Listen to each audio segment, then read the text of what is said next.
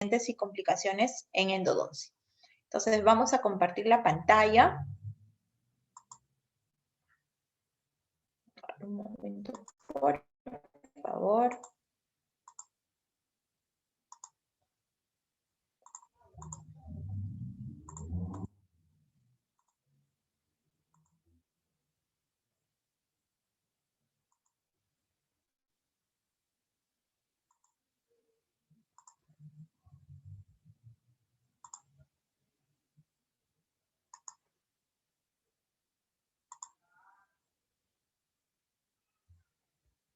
Muy bien. Sí se puede ver, ¿no? ¿Todo claro? Sí se ve, doctora. Perfecto. Entonces vamos a empezar para que no nos gane más la hora. Tenemos accidentes en endodoncia. Podemos tener accidentes desde el primer tramo, ¿está bien? Desde el hecho que nosotros llevamos aislamiento absoluto. Entonces, en realidad, tengan en cuenta algo. Nadie está libre de los accidentes. La única persona que está libre es aquella que no lo practica, aquella que no lo hace. Entonces, nos puede suceder. Está en la pericia de nosotros, en la práctica de nosotros, en tener la tranquilidad necesaria para poder afrontarlo y solucionarlo, así o derivarlo, así mismo como para poder transmitir eso al paciente, porque nosotros somos los que tenemos que darle seguridad. Imagínense en nuestro caso, ¿no? Pacientes con un médico y que pase algún accidente y el médico se exaspere y la enfermera también, y peor, ¿no? Eso nos intranquiliza más, nos trauma, qué sé yo. Es lo mismo con los pacientes. Entonces, sucede algo, tranquilas nada más y tenemos que solucionarlo. Accidentes con el aislamiento absoluto pueden haber desde daño a tejidos duros, como desprendimiento de esmaltes, ¿sí? Fracturas coronales que podemos exponer dentina radicular o algún tipo de fractura, ¿sí? Si no consideramos la anatomía dentaria, si son remanentes, no usamos el clan inadecuado, indicado, de repente hemos ocasionado acá, hemos querido colocar el clan y ocasioné ese tipo de fisura, o también daños a tejidos blandos, tanto daños reversibles que pueden causar isquemia en la encía o lesiones irreversibles que pueden ocasionar recesión en la encía marginal y que va a predisponer a qué cosa, la formación de bolsas y deterioro óseo. Y otro riesgo de injuria periodontal, como es el dique de goma en el surco gingival. Miren acá, coloqué mal mi encía en una encía que estaba súper inflamada y que ocasioné un desgarro en la encía, ¿sí? En el aislamiento. Daño a las restauraciones, también a reacciones alérgicas, si es que no he previsto que mi paciente sea alérgico, ¿sí? Dermatitis por contacto directo, telas de biogel, para eso hay otro tipo también de, aparte de las telas de biogel que era un poco más antiguo, ¿no? Sabemos que hay otros diques que no son de látex, otras complicaciones que pueden pasar, limitación en la respiración, o estoy tratando de colocar el clan, el paciente está muy echado, aspiración y deslución de las grapas, y si no utilizo aislamiento absoluto, puedo llegar hasta causar una aspiración del instrumento endodóntico, que ya puede ser un poco más grave. Entonces, el aislamiento absoluto siempre tengo que realizarlo, pero de la forma adecuada. Ya hemos visto cómo hacerlo, ¿sí? En nuestra clase anterior. Y podemos tener también accidentes y complicaciones durante el acceso a la cámara pulpar. 5 de ellos y cada uno de ellos lo vamos a ver. El primero, fracaso en identificar y remover toda la caries o estructura dental debilitada o deficiencia en las restauraciones. ¿Qué sucede? Si yo tengo una estructura, está bien, que sea un esmalte que no esté soportado por dentina, y eso le he hecho hincapié bastante, tengo que eliminarlo sencillamente, porque ustedes saben que muchas veces vienen acá tremendos socavados y prácticamente toda la corona viene entera, ¿no? Ven un huequito nada más y todo lo ven negro. Ustedes abren y al final terminan destruyendo todo esto y queda una pared dentinaria, una pared de esmalte de 1 milímetro. Ustedes creen que colocándole el cemento el paciente no mastica y se le va a... Obviamente, entonces tienen que retirar todo eso, ¿sí? Pero tampoco excederse, pues, ¿no? Si es que no lo amerita, tampoco tengo que excederme porque después de eso puedo ocasionar problemas en la parte de rehabilitadora. Ahora, dificultad para establecer un acceso adecuado al espacio de la cámara pulparia al sistema de conductos radiculares. También puede suceder eso, ¿sí? En aquellos dientes que tengan ese tipo de apiñamientos de repente, que yo tenga que hacer mi apertura a través de incisal o que tengan que hacer a través de la cara vestibular, porque lo tengo que realizar sí o sí. Aperturas realizadas, ahí ven, en las caras vestibulares incisivos inferiores. Los accesos deficientes también, y eso básicamente se basa por desconocimiento de anatomía. Ustedes ya saben muy bien, ¿sí? Anatomía, por ejemplo, molares inferiores, necesariamente no voy a encontrar un conducto acá si es una primera molar inferior. Si es una segunda molar inferior y encuentro un solo conducto o una tercera molar, esto lo encuentro grande y al centro, o en forma de C, no encuentro así. Si hay acá y yo estoy pegado a la zona distal, tengo que encontrar dos acá hacia la zona mesial. Y como les dije, si yo encuentro acá, ¿sí? Mi mesio lingual, mi mesio vestibular, y encuentro un distal que no está acá, lo encuentro más pegado acá lingual y pequeño, tengo que encontrar el otro disto vestibular. Entonces, eso yo ya lo sé por anatomía. Otro, la clásica, ¿no? Cuando recién estamos empezando en pregrado, que básicamente, ¿se acuerdan? Cuando recién estamos empezando a hacer operatoria y ya llegué a pulpa, doctora, nos dicen los alumnos, ¿no? Y recién estás en esmalte. Puede pasar. Entonces, a veces también estamos en endodoncia, doctora, ya llegué y encontré los conductos, y de repente todavía estás en cuerno. Entonces, tienes que verificar bien en la coloración blanquecina de un techo de cámara pulpar a una coloración más, o rosada de un techo de cámara pulpar a una coloración diferente de un piso de cámara pulpar como tal. Y es más, ustedes ya tienen que ver, acuérdense del rostrum canalium, la unión, esa unión de los conductos radiculares, ¿sí? Entonces aquí yo tengo que evaluar bien con mis radiografías preoperatorias. Esto de acá, el desgaste del tercio cervical, que es lo que les había hablado bastante. Muchas veces vienen con qué? Con este tipo de entradas, este tipo de entradas de dentina. Entonces, ¿qué sucede? Cuando ustedes ingresan acá, su lima va a ir así, ¿no es cierto? Y lo ideal es que cuando yo voy limando, mi lima va a ir cambiando, se va volviendo más recta y ¿qué va a pasar? Va a cambiar de referencia. Entonces, lo ideal siempre es hacer un desgaste del tercio cervical. ¿Para qué? Para que mi lima ingrese lo más recto posible, ¿sí? Ahora tengo que eliminar esos espolones o esas crestas cervicales. Así como ven acá, tiene que ingresar de forma recta. Este tipo de acá. Entonces, ¿cómo es que yo tengo que evaluar? Yo voy a evaluar con mi cureta de dentina, ¿sí? Con mi cureta de dentina tiene que entrar de una sola forma lisa, ¿sí? No tiene que haber ese tipo de entradas, ni mucho menos, para que yo pueda trabajar de buena manera y para que todo esté completamente limpio. El tercer punto es la perforación de la cámara pulpar por encima de la cresta ósea. Entonces, esto es un factor muy importante y es un poco de los más agresivos. Puede ser por caries cervical. Entonces, aquí el acceso yo lo tengo que realizar sin aislamiento absoluto para poder tener una guía adecuada. Cuando hay grandes destrucciones, versiones, rotaciones, ¿sí? Y el tratamiento, muchas veces voy a tener que controlar la hemorragia, ¿sí? Una posible colocación de adrenalina, un agente hemostático, sellar con un cemento temporal, cubrir, ¿sí? Por el momento y continuar con el tratamiento del conducto. Y luego de ello ya tengo que pensar, no, acá se solía hacer con ionómero de vidrio, ahora nosotros sabemos que lo colocamos con un cemento biocerámico, puede ser MTA, puede ser biodentín, puede ser el biocerripar de Angelus también. Y aquí ya tenemos que evaluar, ¿no? Si es que restauramos la zona por separado o si es que de repente hacemos algún tipo de cirugía y consideramos a toda esta zona perforada dentro de la restauración definitiva. Esto ya se tiene que evaluar.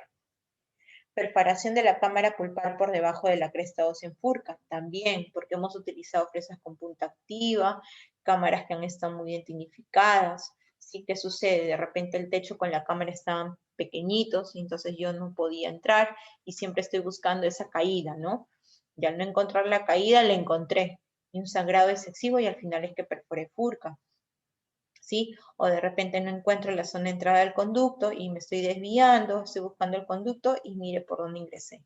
Entonces, el primer signo puede ser un dolor, ¿sí? Un dolor diferente al dolor convencional endodóntico y una hemorragia severa. La hemorragia no va a cesar, no cesa como cuando ustedes hay conducto pulpar y trabajan con hipocloritía, sino que esta para, no para. Entonces, el tratamiento también. Observen acá el tipo de perforación que han hecho, ¿sí? El desgaste, miren, prácticamente han separado casi toda la raíz. Entonces, tengo que colocar un agente hemostático, hidróxido de calcio en polvo, y colocar sobre él el MTA o el biodentín, y si no también por encima de repente un ionómero y continuar con el tratamiento de conductos. ¿A qué me voy con esto? A que primero siempre se va a reparar la perforación, porque yo tengo que evitar contaminación. Primero reparo la perforación y luego recién continúo con el tratamiento de conductos. Y en el peor de los casos ya puedo pensar en una hemisección o en una radicectomía. Aquí, por ejemplo, una perforación en furca pequeña. Entonces, ¿qué se hace? Se tapa con algodón la entrada de conductos y se procede a sellar la perforación con MTA.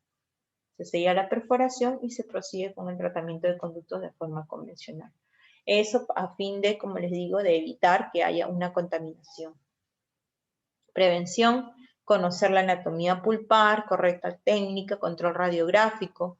Sí, hay algunas técnicas que nos ayudan si es que de repente tengo problemas, sí, porque las cámaras están muy identificadas, como les dije, utilizan fresas con tope y más o menos miden de acuerdo a la radiografía periapical.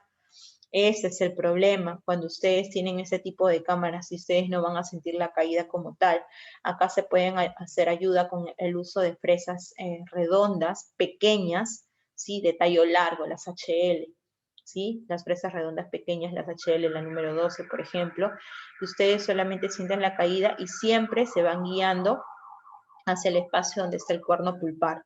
Van al centro y van guiándose y pueden ayudarse de alguna manera también con alguna radiografía en alguno de los intentos. Lo otro, error en la identificación del ángulo de la corona a la raíz y del ángulo del diente en el arco dental. Esto es un desconocimiento por completo de la anatomía radicular, pues, ¿no? Porque yo sé que acá tengo que ingresar y luego bajar. No me voy a ir de frente, definitivamente. También con la corona, yo tengo que tomar radiografías, o sea, si es que yo necesito salvar esta corona porque es un pilar de puente, recién se lo han puesto, tengo que ver bien la radiografía y palpar y saber que estoy yendo en la dirección exacta para no ocasionar este tipo de perforación. ¿Está bien? La mala angulación de la pieza. Yo de repente no tomé una radiografía y era algo de urgencia. ¿Y qué tal si acá habían extraído una pieza y esta se anguló, esta se movió y está en espacio cerrado? Entonces yo digo, ah, me voy al ángulo. Mentira, el ángulo está por acá y yo terminé perforando. Diente con corona mínimo nula.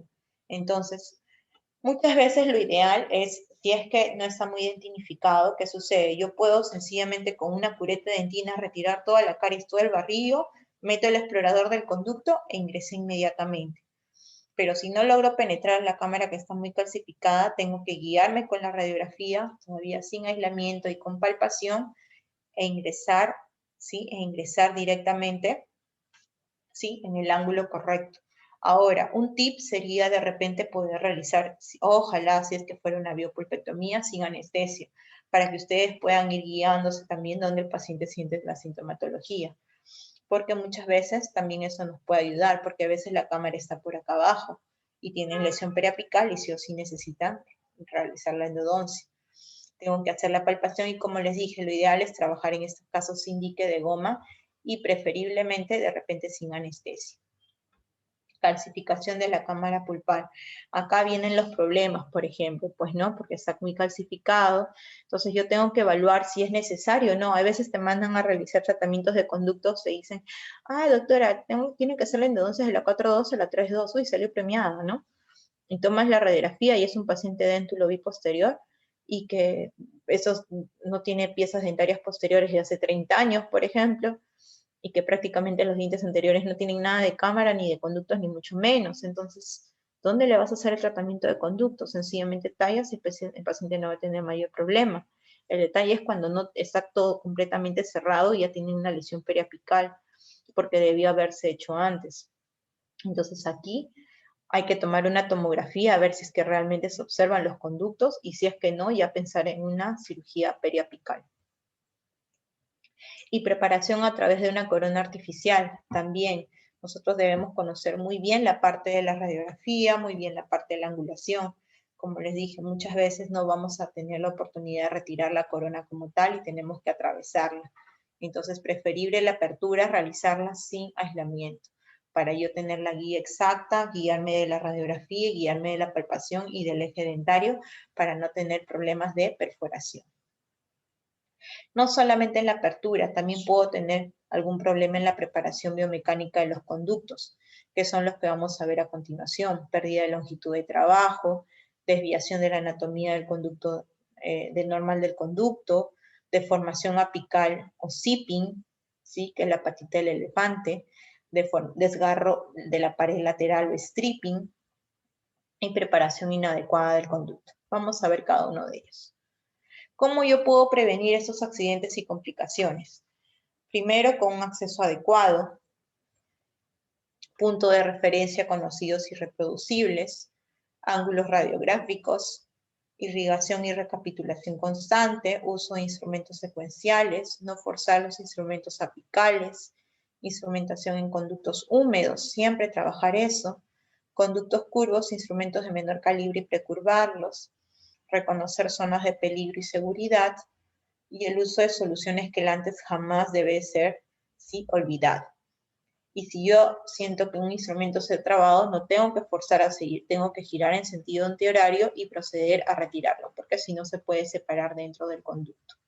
Ahora, les habíamos hablado de la pérdida de la longitud del trabajo. Puede deberse al bloqueo del sistema de conductos.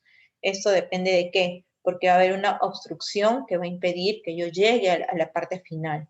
¿Sí? Puede ser por barrido dentinario, por detrito tisular, algodón, puntos de papel. Entonces aquí yo tengo que con un irrigante y con mi agente quelante también me puedo ayudar un poco con una jeringa de tuberculina, con una lima fina, una lima K, una lima que tenga una punta cortante. Una lima K10, una K15, sobre todo una 10, ¿sí? Tratar de ingresar para eliminar ese barrillo. Y luego de eso volver a hacer mi preparación básica apical solamente de esta zona e irrigar. ¿Está bien? Formación de escalones por preparación excesiva, por uso de instrumentos de mayor tamaño o no precurvar en los instrumentos de conductos curvos. Entonces, necesitaba precurvar, no lo hice. O de repente estoy trabajando la técnica round down, me empecé a limar con mi lima 45 y el compañero me empieza a hablar del costado, ¿no? Y ya cuando quiero retomar no puedo.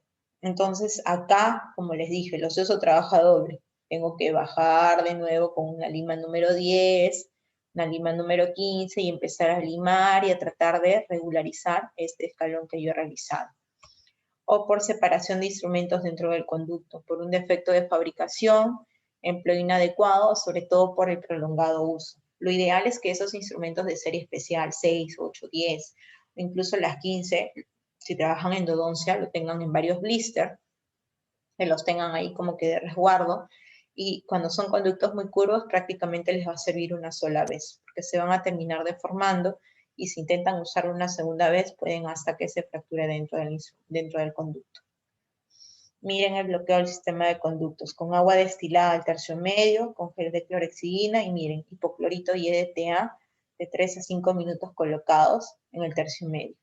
Por eso les digo que es importante utilizar ese tipo de interacción entre ambos al final como protocolo. Apertura muy bien los túbulos dentinarios. Al tercio apical. Agua destilada, clorexidina, hipoclorito de sodio con EDTA. ¿Está bien? Entonces siempre hay que utilizar ese protocolo final. Formación de escalones, lo que les había dicho, ¿no? Miren acá. Y al final retomar eso a veces puede ser complicado y demora mucho más, ¿sí? Entonces yo necesito precurvar mi instrumento y sobre todo estar pendiente y siempre hacer un sobrepase, mi patencia apical, hacer un sobrepase con mi lima manual convencional para que no tenga mayor problema posterior.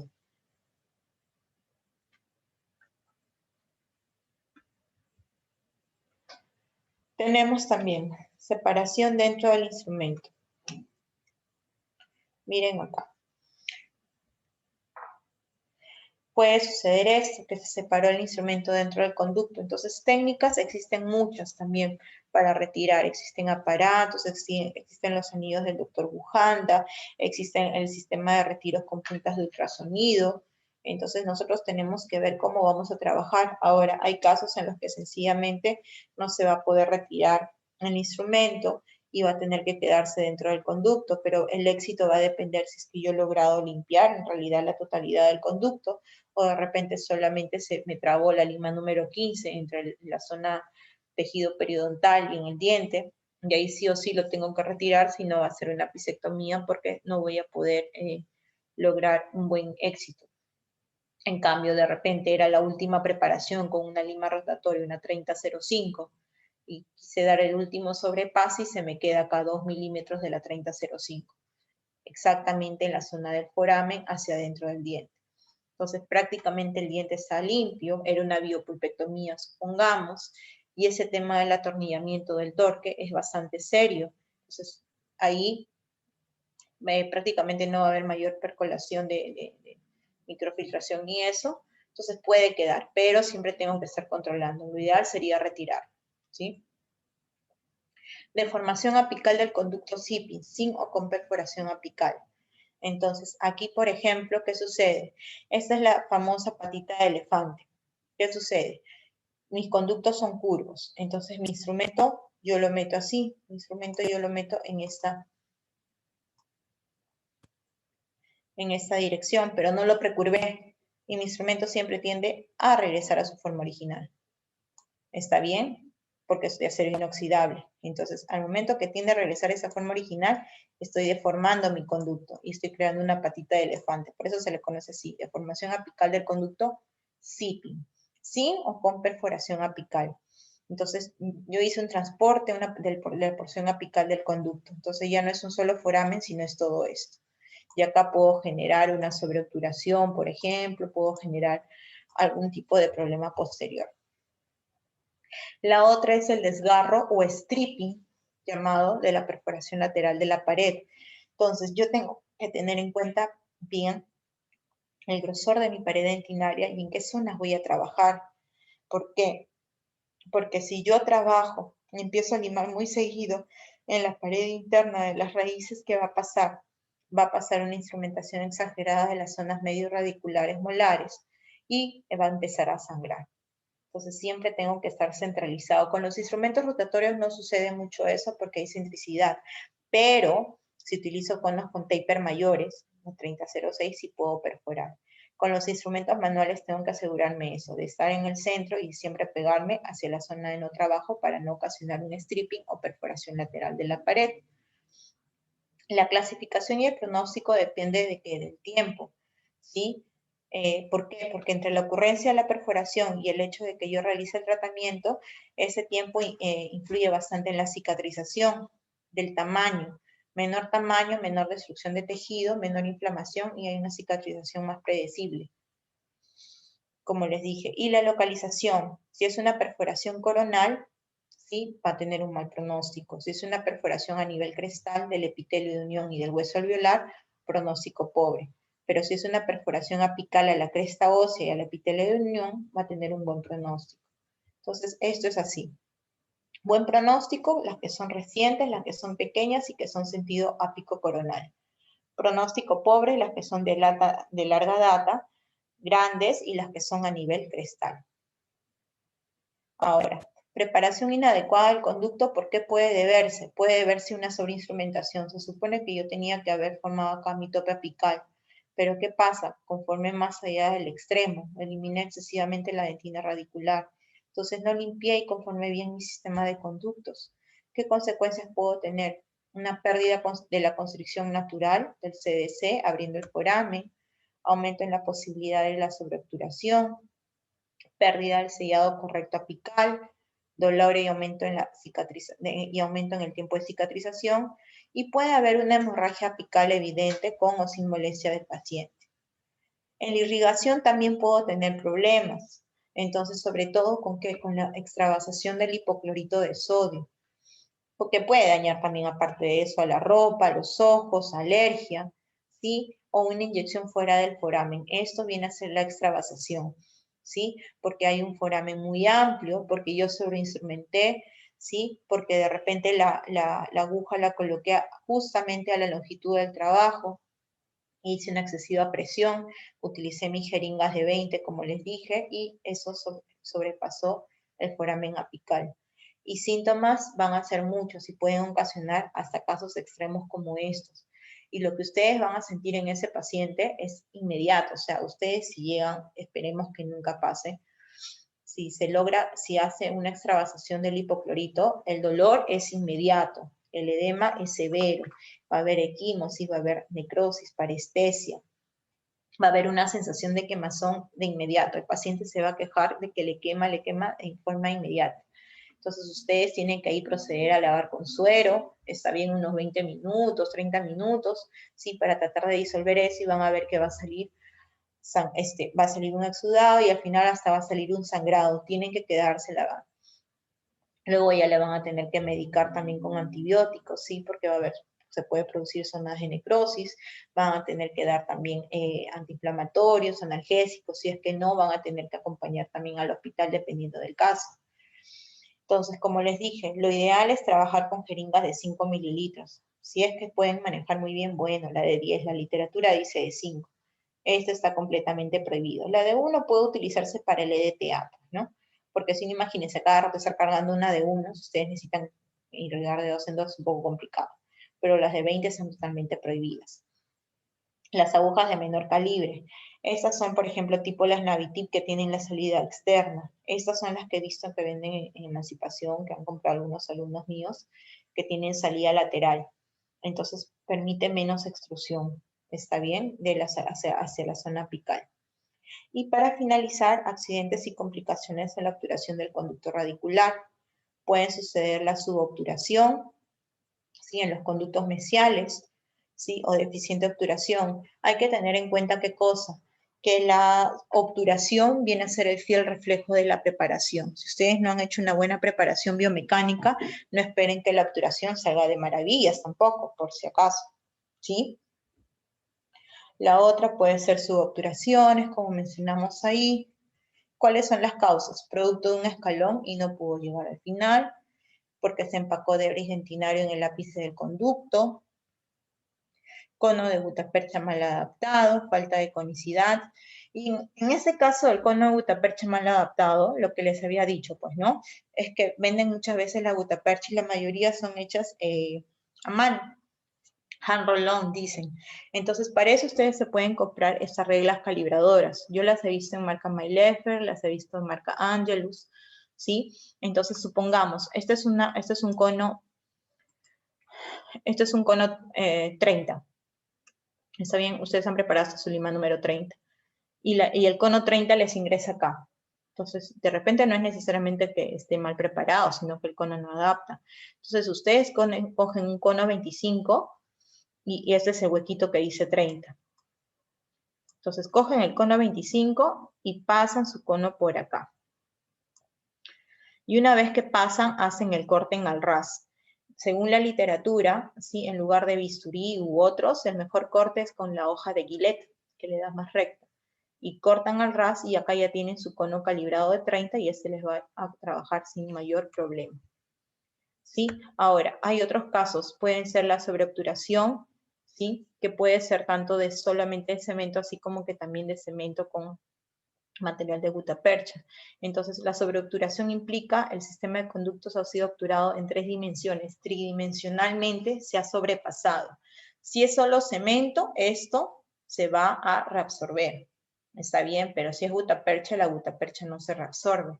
Pero sí necesitan ustedes hacerle siempre su control radiográfico para que no tenga problemas, porque definitivamente los pacientes reaccionan de manera diferente. Ustedes pueden hacer esto y el paciente no le pasa nada, con que pueden estar exactos y el paciente salta de dolor. ¿Está bien? ¿Cuál es el detalle con la sobreextensión? Esto pueden dejarlo ahí si el paciente no tiene molestia, ¿sí? Supongamos, y que ha sido solo cemento, tal vez, que tengan la capacidad y que no haya la capacidad de retirarlo al momento. Pero en el caso de la sobreextensión, esto se implica solamente al sobrepase de un solo material de obturación. Es decir, se me pasó un conito. De repente yo tuve mi tope de goma, puse mi muesca en mi cono 35, que era mi cono maestro, y a medida que estaba haciendo mi condensación lateral, no me fijé y este conito se fue bajando, bajando porque no tenía un adecuado tope apical. Entonces, aquí sí voy a tener problemas, porque no hay nada tridimensional y esto va a funcionar como un cuerpo extraño. Entonces, esto sí o sí tengo que retirarlo. Y si es que ya se me hace complicado, tengo que entrar en una cirugía periapical. Causas pueden ser las reabsorciones periapicales, sobre instrumentación y perforación, excesiva cantidad de sellador, también la penetración y la fuerza excesiva del instrumento de condensación y extrusión del cono de gutta-percha. Otra consideración que deben de tener también en cuenta es la excesiva preparación que puedo haber yo hecho y la fuerza con la que yo estoy haciendo mi condensación, porque puedo trabajar muy bonito, pero miren al final lo que puedo lograr, ocasionar una fisura o una fractura vertical por una exagerada preparación biomecánica. Y también la fractura del léntulo y del compactador. Sí, ustedes saben que el léntulo les ayuda a que el hidróxido de calcio, a que el cemento obturador ingrese mejor a los conductos, pero también si no lo trabajan de forma adecuada, puede ocasionarse que este léntulo se termine fracturando. Y bueno, se retira y al final todo en orden. Esto ha sido todo, muchas gracias. Y bueno, esta es una imagen que quise compartir porque este es en el colegio ontológico, cuando yo todavía estaba en pregrado y era una ceremonia. Mi mamá también es odontóloga y a mi mamá le estábamos acompañando a una ceremonia con mi papá y bueno, porque hoy se conmemora 13 años de la partida de mi papá y gracias a él soy docente, así que era una imagen que quería compartir el día de hoy. Ese es mi correo para cualquier duda, para cualquier consulta. Como les dije, si desean los artículos acerca de diagnóstico pulpar y periapical, sin ningún problema me escriben al correo, se los puedo pasar, así como otros artículos u otras dudas que tengan por absolver que de repente no se les ocurra o estén leyendo durante el transcurso de la preparación. ¿Sí? Entonces, si no hay más.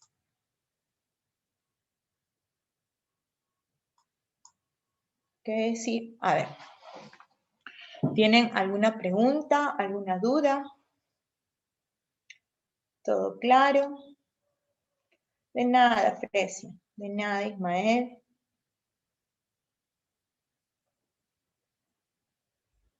De nada, Enrique. Entonces, no tienen ninguna duda. Gracias, Francito. Mónica, ¿cuándo nos vamos a Puno a bailar? ¡Qué sorpresa! Gracias, Moni. Gracias, Cindy. Gracias, Katy. ¿Cuántas citas sería ideal para obturar? Eso depende, en realidad, del diagnóstico, como les había mencionado. Si es una biopulpectomía, lo ideal es trabajarlo en una sola cita. Es lo ideal, si es que yo cuento con todos los aditamentos necesarios. Acuérdense que el hipoclorito de sodio por lo menos tiene que actuar entre 25 a 30 minutos, ¿sí? De nada, Sandrita. 25 a 30 minutos dentro del conducto para que haya una completa disolución del tejido orgánico. Menos de eso no se puede. Pero si yo cuento con sistemas de ultrasonido, mi irrigación ultrasónica pasiva, por ejemplo, entonces sí puede disminuir un poco ese tiempo de trabajo. Entonces ahí puedo obturar en una sola cita.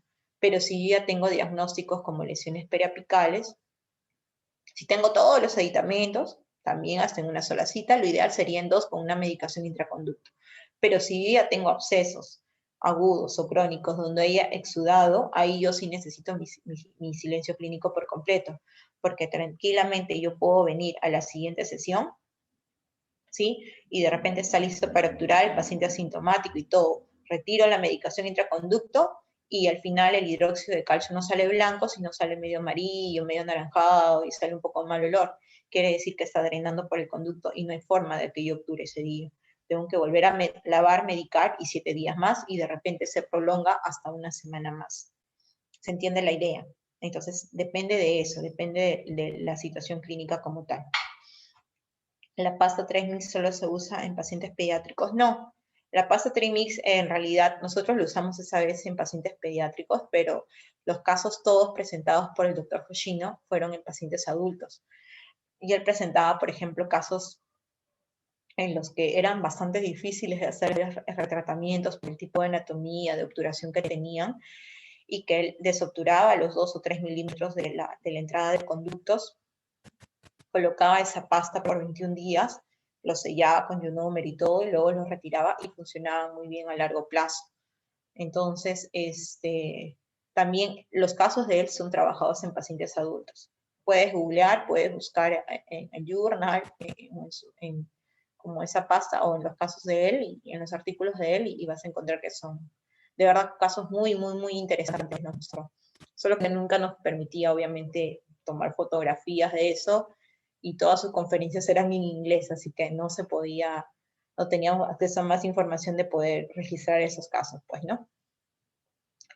Si una lima se fracturó a nivel de tercio medio, ¿es posible sacarlo? Sí y no, dependiendo del caso. Si es una lima manual, de nada salir. Si es una lima manual, es un poco más sencillo porque ustedes pueden traspasar la lima, está bien, pueden traspasar la lima y de ahí con la punta de ultrasonido pueden moverla. En el caso de las limas rotatorias, también lo ideal sería que traspasen la lima, ¿sí? Y que hagan que creen espacio para que luego con el ultrasonido generen ese movimiento y que pueda salir.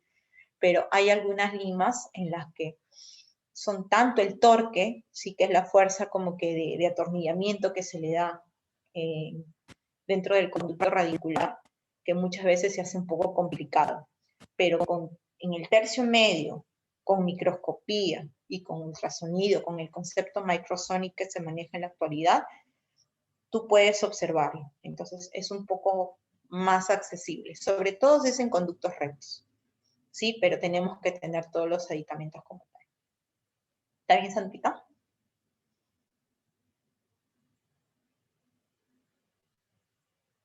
Donovan Calanchi. ¿Todo bien, Sandrita? ¿Me avisas? Ya, no me respondiste, pero bueno. A ver, Donovan Calanchi. Ah, ya sí, doctora. Donovan Calanchi.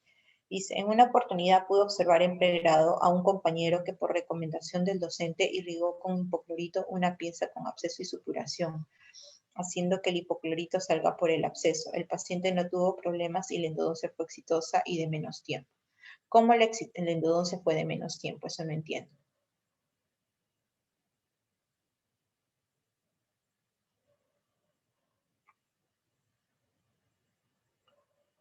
En menos citas. En realidad lo de menos citas tú no puedes saber si hubiera sido en menos citas o no, si es que no salía por el hipoclorito o no, porque eso es como que adivinar al futuro, pues, ¿no? Entonces sí he visto ese tipo de casos que el hipoclorito haya salido por el absceso, pero son casos cuando ha habido una destrucción excesiva, sí, o prácticamente casi toda la tabla ósea está como que destruida, está bien, y el absceso ha destruido casi todo el hueso. Entonces, el hipoclorito, al entrar en ese tipo de zonas, no va a tener ningún tipo de reacción citotóxica, porque no hay nada, es un hueco como tal, y por eso es que va a salir a través del absceso, nada más. Entonces, no es que genere un mejor éxito, no, porque tú no sabes si es que solamente irrigando a través de la zona también pudo haber tenido el mismo éxito utilizando la medicación con el hidróxido de calcio sin problema. Entonces, es una técnica recomendada por el docente que el docente pudo haber visto en algún tema de caso clínico y que le haya funcionado muy bien y que lo probó y que le fue muy bien. Pero no ha habido ese problema de citotoxicidad porque ya no hay tejido circundante, porque hubo como tal ya un absceso y una destrucción por completo. Porque si el absceso hubiera sido pequeño, está bien, entonces ahí sí hubiera habido problema, ahí sí hubiera habido acción con los tejidos circundantes y ahí sí hubiera habido algún tema de necrosis de los tejidos de alrededor. Pero me parece que ese absceso sí era de gran tamaño. Entonces, no necesariamente puedes saber si pudo haber sido de menos tiempo o no, porque no sabemos cómo hubiera reaccionado en la otra situación. Dice, doctora, ¿qué se puede hacer en dientes endodonciados después de 2 años que aparece fístula? Retratamiento. Si aparece un tracto sinusal es el nombre completo. Si aparece un tracto sinusal después de 2 años es que ha habido un tema de contaminación adentro. Entonces, si ha habido un tema de contaminación, sencillamente se tiene que hacer un retratamiento.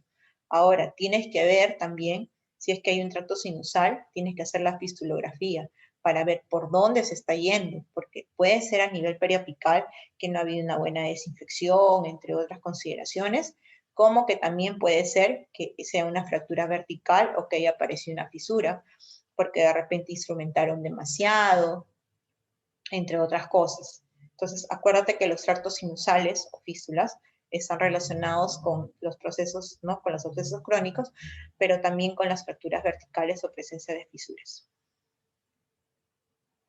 Dice, ¿qué podría hacer, doctora? Retratamiento. Sí, lo ideal es un retratamiento, de todas maneras, pero tienes que evaluar bien dónde está esa fístula. Si te aparece con la fistulografía en la zona periapical, el problema va por ahí. Si tú misma has hecho el tratamiento, Entonces tienes que evaluar qué es lo que pasó. Si te viene derivado el caso, está bien, entonces tienes que hacer toda la anamnesis y si es preferible tomar todas las angulaciones posibles. Si es un caso un poquito más complejo, hasta por qué no mandar una tomografía. Podría ser. Si tú lo hiciste, analiza todos los pasos que pudo haber fallado. Está bien, pudo haber fallado el aislamiento, pudo haber fallado el tipo de jeringa el tipo de aguja de irrigación, el tipo de contaminación que pudo haber habido. Las endodoncias por lo general no tienen que demorar tantas citas como tal vez nos demorábamos en pregrado, ¿sí? Porque ahí recién estábamos aprendiendo. Entonces lo normal es en una cita, 2 citas, dependiendo. Si es un tema de supuración o algo de eso, algo grande, ahí ya va a depender de la función de la medicación intraconducto como tal. Pero si yo ya estoy hablando de varias citas como tal, por una complicación propia de la anatomía, del manejo y todo eso, entonces puede que sea ahí un problema de repente de una falta de desinfección por completo, ¿no? Si era una necrosis. Entonces, por ahí puede ir el tema. Entonces, lo ideal sería que hagas un retratamiento como tal. ¿Ya? ¿Alguna otra pregunta?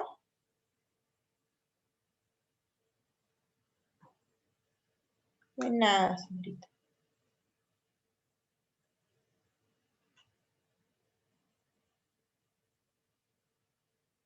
¿Todo claro entonces?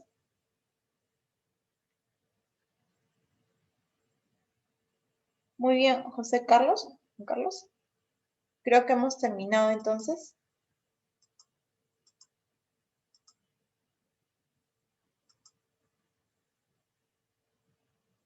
Gracias, Catita.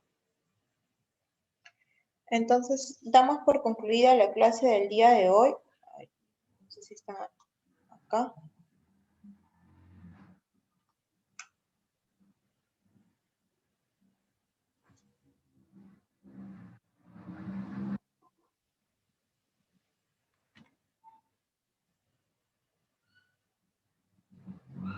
Bueno, creo que no nos hacen caso los administradores, así que ya, vamos a dar por concluida la clase.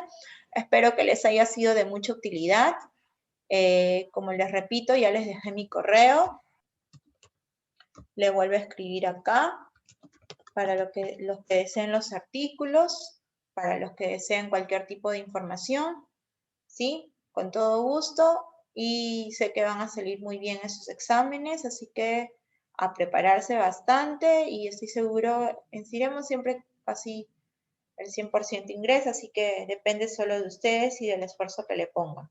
Ya cuentan conmigo, con una amiga más, así que miles de éxitos para ustedes. Gracias, Leslie. Y sigan cuidándose y sigan cuidándose, cuidando a sus familiares también para poder pronto conocernos en algún congreso de endodoncia tal vez o en alguna otra actividad profesional. ¿Sí? Un abrazo a todos y que hayan pasado una bonita Navidad y que tengan un bonito año nuevo. De nada, Enrique, que tengan un bonito año nuevo con mucha salud y muchas bendiciones y nos vemos pronto. Muchas gracias.